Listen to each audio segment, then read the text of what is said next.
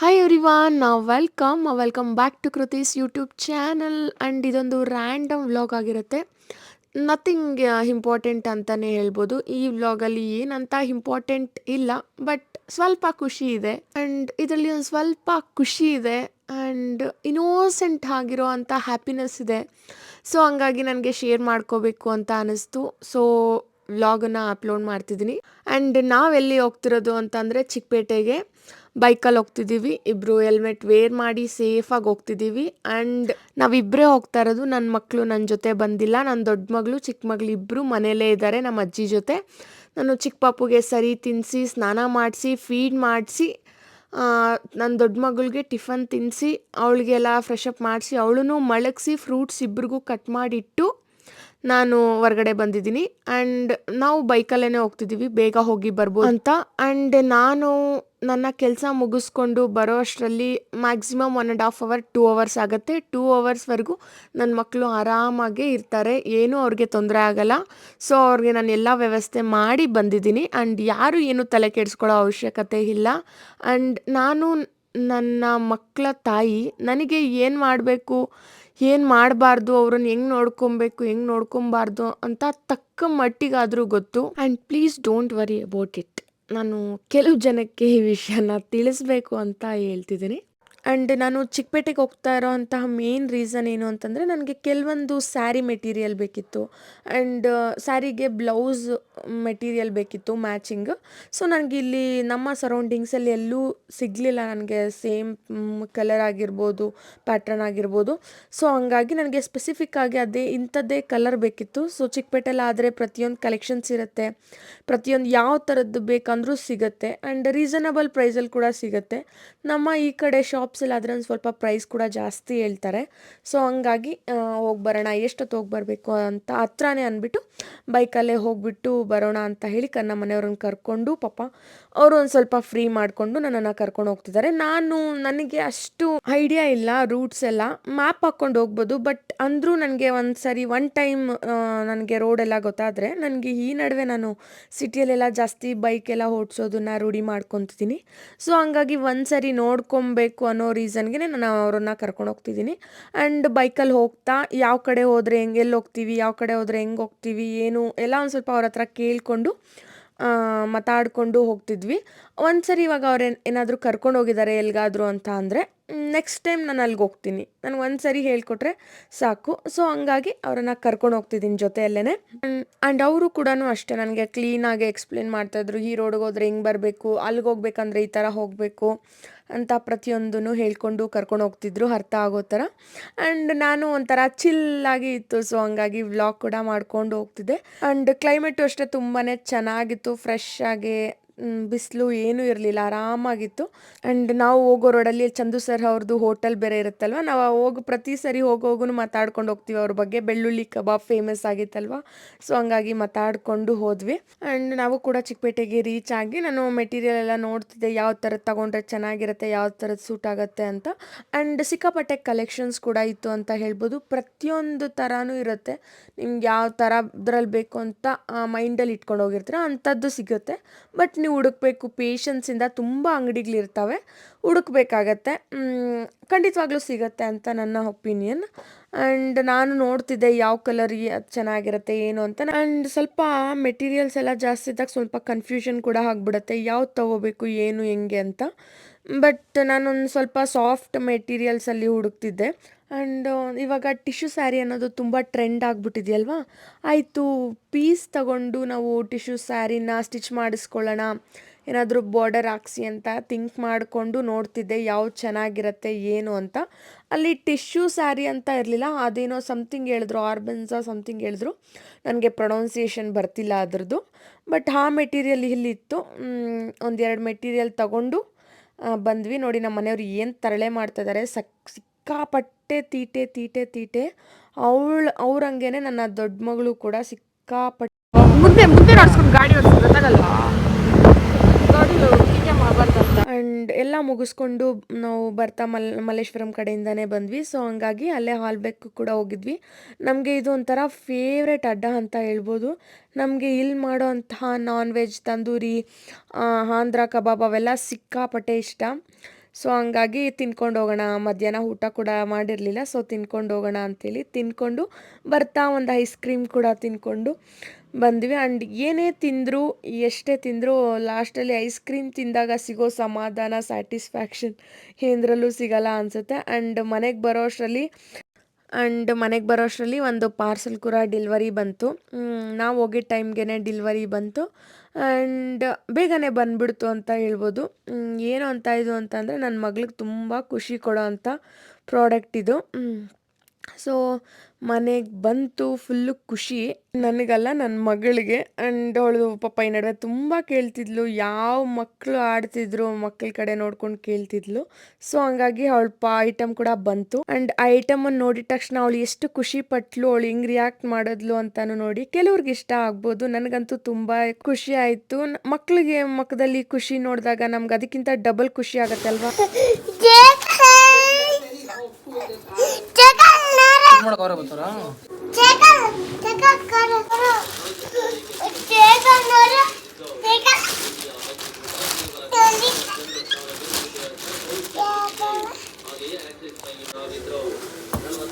ಏನ್ ಮಾಡ್ತಿದ್ಯಾ ಚಿನ್ನಿ?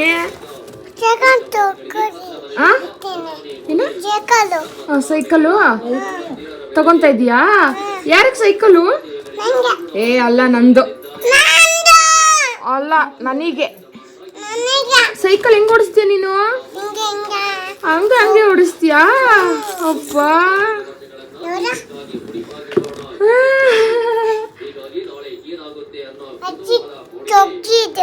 ಏನ್ಮ ಅಜ್ಜಿ ಏನ್ ಮಾಡಿದ್ರ ಅಜ್ಜಿ? ಪಾಪ ಬರ್ತಾರ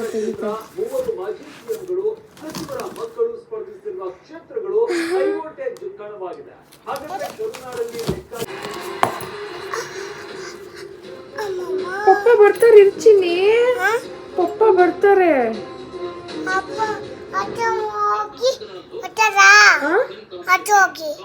ವಾಶ್ರೂಮ್ಗೆ ಹೋಗಿ ಬರ್ತಾರೆ.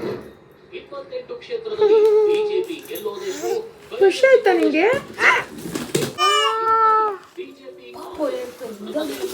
ಏನ್ ಚಿನ್ನಿ ಅದು? ಸೈಕಲ್. Cycle cycle.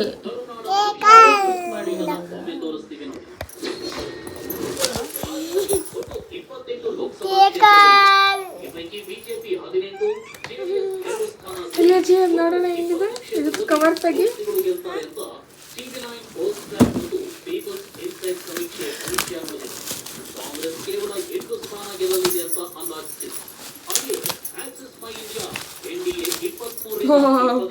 ಏನಿದು? Princess. Who is princess? Who is princess? ಇಲ್ಲಿ ನೋಡಿ, ಇಲ್ಲಿ ಯಾರಿದು?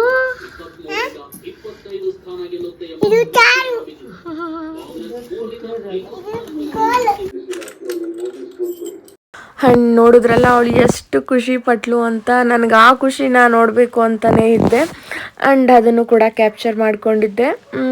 ಆ್ಯಂಡ್ ಈ ಸೈಕಲ್ ಬಂದು ನಾನು ಆನ್ಲೈನಲ್ಲಿ ಆರ್ಡರ್ ಮಾಡಿದ್ದಿದ್ದು ಆ್ಯಂಡ್ ನಾನು ಮಾಡಿದ್ದಿದ್ದು ಅಮೆಝಾನಲ್ಲಿ.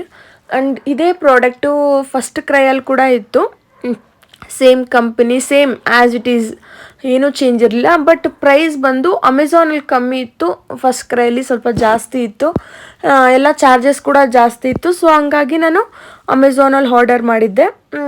ಸೈಕಲ್ ಕ್ವಾಲಿಟಿ ಮಾತ್ರ ತುಂಬ ಚೆನ್ನಾಗಿದೆ. ನಾನು ಲೋಕಲಲ್ಲಿ ಒಂದು 2-3 ಕಡೆ ವಿಚಾರಿಸಿದ್ದೆ ಸೈಕಲ್ನ, ಚೆನ್ನಾಗಿತ್ತು. ಬಟ್ ಆನ್ಲೈನಲ್ಲಿ ಒಂದ್ಸರಿ ಚೆಕ್ ಮಾಡೋಣ ಯಾವ ಥರ ಇದೆ, ಎಷ್ಟು ಪ್ರೈಸ್ ಇದೆ ಎಲ್ಲ ನೋಡಿ ಮತ್ತೆ ಡಿಸೈಡ್ ಮಾಡೋಣ ಆನ್ಲೈನಲ್ಲಿ ತಗೊಳ್ಳೋದಾ ಆಫ್ಲೈನಲ್ಲಿ ತಗೊಳ್ಳೋದಾ ಅಂತ. ಆ್ಯಂಡ್ ಮತ್ತು ನಾನು ಬಂದು ಆನ್ಲೈನಲ್ಲೆಲ್ಲ ಚೆಕ್ ಮಾಡಿದೆ. ಬಟ್ ಯಾವುದು ನನಗೆ ಬೇಕಾಗಿರೋಂಥ ಸೈಕಲ್ ಇರಲಿಲ್ಲ. ಬಟ್ ಒಂದ್ಸರಿ ನಾನು ಒಂದು ಶಾಪಲ್ಲಿ ಮಲ್ಲೇಶ್ವರಮಲ್ಲಿ ಒಂದು ಸೈಕಲ್ ನೋಡಿದ್ದೆ, ಇದೇ ಥರ ಸೈಕಲ್ಲೇ, ಸೇಮ್ ಕಂಪ್ನಿದು ಎಲ್ಲ. ನಾನು ಆ ಸೈಕಲ್ ಮೇಲಿರೋಂತಹ ಕಂಪ್ನಿ ಹೆಸರನ್ನ ನಾನು ಆನ್ಲೈನಲ್ಲಿ ಸರ್ಚ್ ಮಾಡಿ ನೋಡಿದೆ. ನಾನು ಅಲ್ಲಿ ಪ್ರೈಸ್ ಕೇಳ್ಕೊಂಡು ಬಂದಿದ್ದೆ ಏನು ಪ್ರೈಸ್ ಇದೆ ಅಂತ. ಮತ್ತು ನಾನು ಇಲ್ಲಿ ಆನ್ಲೈನಲ್ಲಿ ಬಂದು ಚೆಕ್ ಮಾಡಿದಾಗ ಪ್ರೈಸು ಕಮ್ಮಿ ಇತ್ತು. ಅವ್ರು ಹೇಳಿದ್ದ ಡೈರೆಕ್ಟಾಗಿಂತೂ ಆನ್ಲೈನಲ್ಲಿ ತುಂಬಾ ಕಮ್ಮಿ ಇತ್ತು.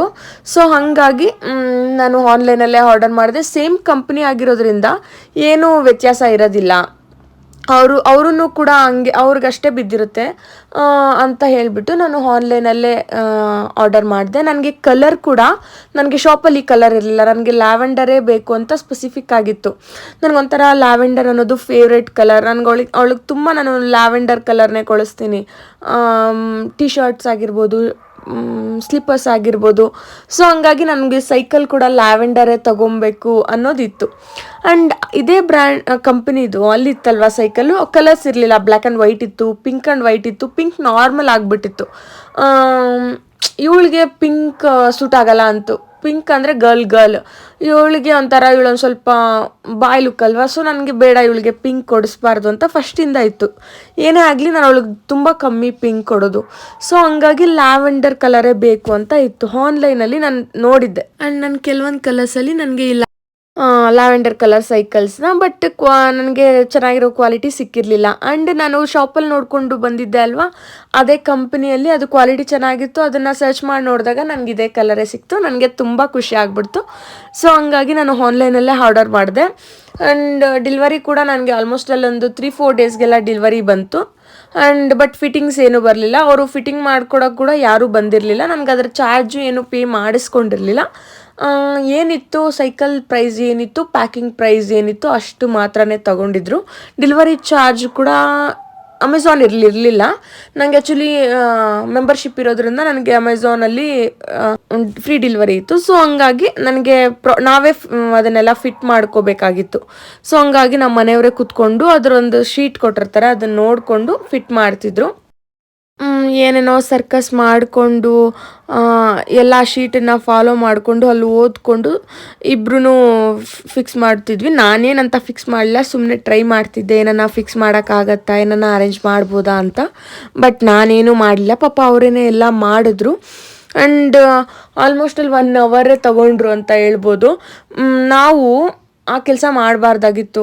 ಸುಮ್ಮನೆ ನಾವು ಓಪನ್ ಮಾಡಿ ನಾವೇ ಫಿಟ್ ಮಾಡೋದು, ಟ್ರೈ ಮಾಡೋದು ಏನೂ ಮಾಡಬಾರ್ದಾಗಿತ್ತು.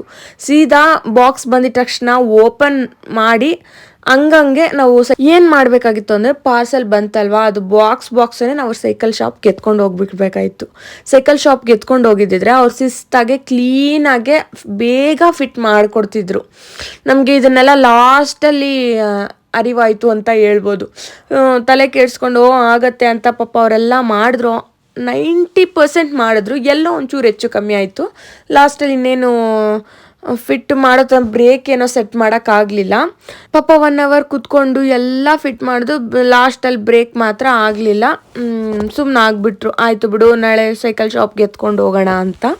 ಆ್ಯಂಡ್ ನೆಕ್ಸ್ಟ್ ಡೇ ನಾವು ಸೈಕಲ್ ಶಾಪ್ಗೆ ಎತ್ಕೊಂಡು ಹೋದ್ವಿ. ಸೈಕಲ್ ಶಾಪ್ ಅವರು ಏನಕ್ಕೆ ಕಣ ಮಾಡೋಕ್ಕೆ ಹೋದ್ರಿ, ಶಿಸ್ತಾಗಿ ಬಾಕ್ಸ್ ಎತ್ಕೊಂಬಂದಿದ್ದಿದ್ರೆ 10 ನಿಮಿಷದಲ್ಲಿ ಮಾಡಿಕೊಡ್ತಿರ್ಲಿಲ್ವಾ ಅಂತಂದರು. ನಮಗೆ ನಗು ಬಂದ್ಬಿಡ್ತು. ಯಾಕೆ ಅಂತೀರಾ, 1 ಅವರ್ ಕೂತ್ಕೊಂಡು ಪಾಪ ಸರ್ಕಸ್ ಮಾಡಿದ್ರು. ಅದನ್ನು ಹಾಕು, ಇದನ್ನು ಫಿಟ್ ಮಾಡು, ಇದನ್ನು ಮಾಡು ಅಂತ. ಅದೆಲ್ಲ ತಲೆ ಕೆಡ್ಸ್ಕೊಂಡ್ರೆ ಶಿಸ್ತಾಗಿ ಎತ್ಕೊಂಬಂದಿದ್ರೆ ಎಷ್ಟು ಒಳ್ಳೆ ಕೆಲಸ ಆಗ್ತಿತ್ತಪ್ಪ. 1 ಅವರ್ ಟೈಮು, ಎನರ್ಜಿ ಎಲ್ಲ ಉಳಿತಿತ್ತಲ್ವಾ ಅಂತ ಅಂದ್ಕೊಂಡ್ವಿ.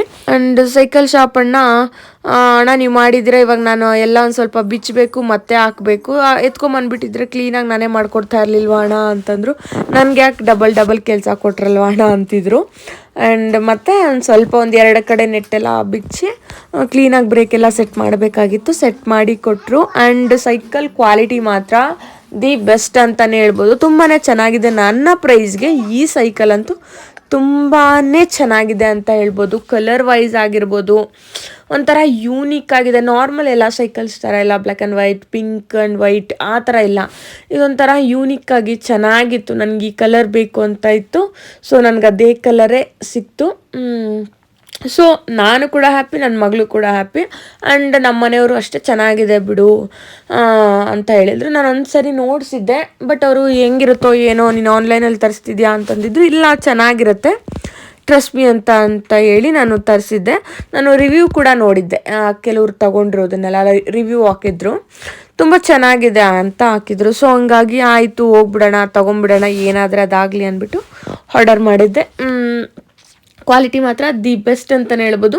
ನಾನಂತೂ 4.5 ಕೊಡ್ತೀನಿ ಈ ಸೈಕಲ್ಗೆ. ಆ್ಯಂಡ್ ಯಾ ಈ ವ್ಲಾಗ್ ಏನಕ್ಕೆ ಇಷ್ಟು ಬಿಡಿಸಿ ಹೇಳ್ತೀನಿ, ಯಾರೋ ಕೆಲವೊಬ್ಬರಿಗಾದ್ರೂ ಅಟ್ಲೀಸ್ಟ್ 1 ಮೆಂಬರ್ 2 ಮೆಂಬರ್ಸ್ಗಾದರೂ ಯೂಸ್ ಆಗ್ಬೋದೇನೋ ಅಂತ ನಾನು ಈ ವ್ಲಾಗ್ ಮಾಡ್ತಿದ್ದೀನಿ. ಆ್ಯಂಡ್ ಫೈನಲ್ ಆಗಿ ಎಲ್ಲ ಒಂದು 90% ಮುಗಿಸಿ ಎತ್ತಿಟ್ವಿ. ಆ್ಯಂಡ್ ನೋಡಿ ಈ ಥರ ಒಂದು ಸ್ಲಿಪ್ ಕೊಟ್ಟಿರ್ತಾರೆ, ಯಾವ ಥರ ಫಿಟ್ ಮಾಡ್ಕೊಬೇಕು ಏನು ಅಂತ. ಅದನ್ನು ಫಾಲೋ ಮಾಡ್ಕೊಂಡು ಹೋದರೆ ಈಸಿಯಾಗಿ ಫಿಟ್ ಮಾಡ್ಬೋದು. ಇಲ್ಲ ಅದಕ್ಕಿಂತ ಈಸಿ ಅಂತಂದರೆ ಸೈಕಲ್ ಶಾಪ್ಗೆ ಎತ್ಕೊಂಡು ಹೋಗ್ಬೋದು, 200 ರುಪೀಸ್ ಕೊಟ್ಟು ಫಿಟ್ ಮಾಡಿಸ್ಕೋಬೋದು.